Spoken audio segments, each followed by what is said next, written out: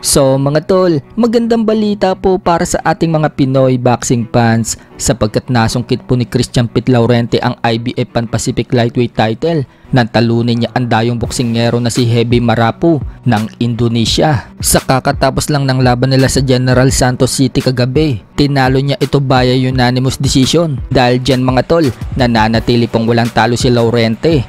Umabante na po ang record niya sa 15-0 habang bumagsak naman po ang record ni Hebi Marapu sa 19 wins, 3 losses and 1 draw. Sa kabilang banda naman mga tol, Naoya Inoue nag-response sa sinabi ni Stephen Fulton na papabor ito kay Inoue na tatalunin si Murodjon Akhmadaliev sa laban nila sa September 14 sa Japan. Sinabi ni Inoue mga tol sa response niya, alright. Samantala, nagpasilip naman ng konting clip ng video ng sparring si Murodjon Akhmadaliev. Pinakita nga po ni Akhmadaliev mga tol yung uppercut niya. Sumukhang yan talaga ang gagamitin niya kay Inoue, lalo na kapag dikitan. Nakita siguro ni Akhmadaliev mga tol na lumulusot yung ganyang suntok sa depensa ni Inoue. Matatandaan kasi mga tol na napalusot din ni Tapalis ang uppercut niya dito kay Inoue habang nakadepensa si Inoue.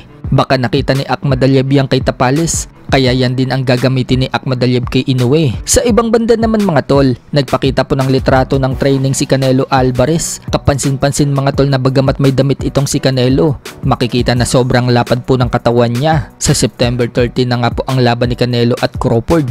Kasabay po yan sa laban ni Inoue versus Akhmadaliev. Nagbigay naman po ng opinion ang trainer ni Akhmadaliev na si Joel Diaz sa laban ng Crawford versus Canelo. Aniya, business daw ang boxing para sa kanya. Si Canelo daw ang mananalo sa laban na yan. Si Canelo daw ang money maker ngayon. Kapag natalo daw si Canelo, babagsak daw ang boxing business. Bukod yan, marami na din daw ang sumusubok na mga boksingero na umakit ng dibisyon pero nagpe-fail daw sila. Natatalo na kapag umaakit na ng dibisyon. So ganyan din ang mangyayari kay Crawford. 2 dibisyon ang inakyat niya para harapin itong si Canelo. Kaya para kay Joel Diaz, si Canelo pa rin ang mananalo. Speaking of Terence Crawford, nagsalita na si Crawford tungkol sa kinuwang sparring mate ni Canelo Alvarez na si Jaron Ennis na marami ang nagsasabi na similar daw ang estilo ni Ennis at Crawford. Buwelta ni Crawford sa interview sa kanya, hindi daw siya si Ennis. Ang layo daw ng estilo niya sa estilo ni Ennis. So parang sinasabi ni Crawford na hindi makakatulong kay Canelo si Ennis para mapag-aralan ng estilo niya. Kumbaga useless lang ang pagkuha ni Canelo dito kay Ennis. Maging nga po ang trainer ni Crawford mga tol na si Bomac,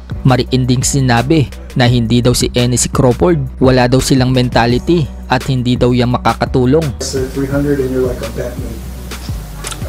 Yeah, like once again, like he's not me.